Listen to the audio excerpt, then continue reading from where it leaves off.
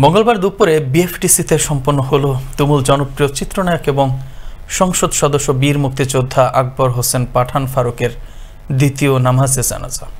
এর আগে সোমবার রাতে সিঙ্গাপুরে অনুষ্ঠিত হয় প্রথম জানাজা। নায়ক ফারুকের দ্বিতীয় নামাজে জানাজায় উপস্থিত ছিলেন নায়ক আলমগীর সহ নবীন প্রবীণ চলচ্চিত্র শিল্পী ও কলাকুশলী এবং সুধীজনরা।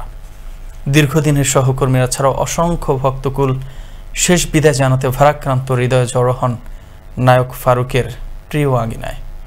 সহকর্মী ফরিদুল ইসলাম অপুর প্রতিবেদন, ক্যামেরায় ছিলেন দীপু সরকার। সিঙ্গাপুরের মাউন্ট এলিজাবেথ হাসপাতালে চিকিৎসাধীন অবস্থায় সোমবার স্থানীয় সময় সকাল 10টায় মৃত্যুবরণ করেন বাংলার জনপ্রিয় চিত্রনায়ক ও ঢাকা 17 আসনের সংসদ সদস্য আকবর হোসেন পাঠান ফারুক। মৃত্যুকালে তার বয়স হয়েছিল 74 বছর।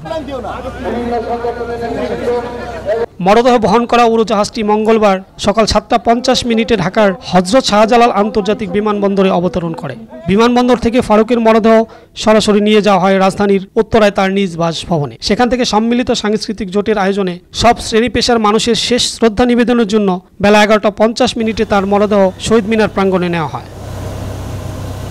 এরপর বাদ জোহর প্রয়াত তারকার দীর্ঘদিনের কর্মস্থল বিএফডিসিতে অনুষ্ঠিত হয় দ্বিতীয় নামাজের জানাজা।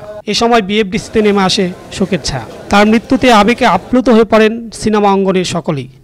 ফারুক ভাই হি ওয়াজ এ ব্রিলিয়েন্ট ম্যান, মানে তার মতন একজন চমৎকার ভালো মানুষ।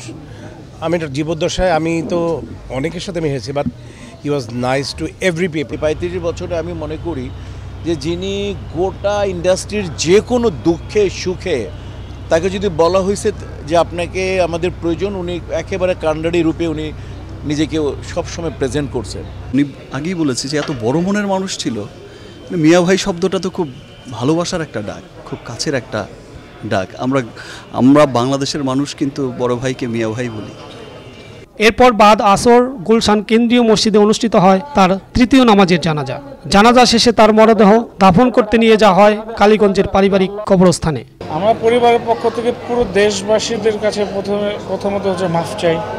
যদি কোনো ভুল ত্রুটি হয়ে থাকে, আমাদের যদি ভুল হয়ে থাকে, আমরা এমন কিছু করে থাকি যেটা ভালো লাগেনি কারো, আমরা বাবার থেকে এবং পরিবার থেকে আমরা মাফ চাই।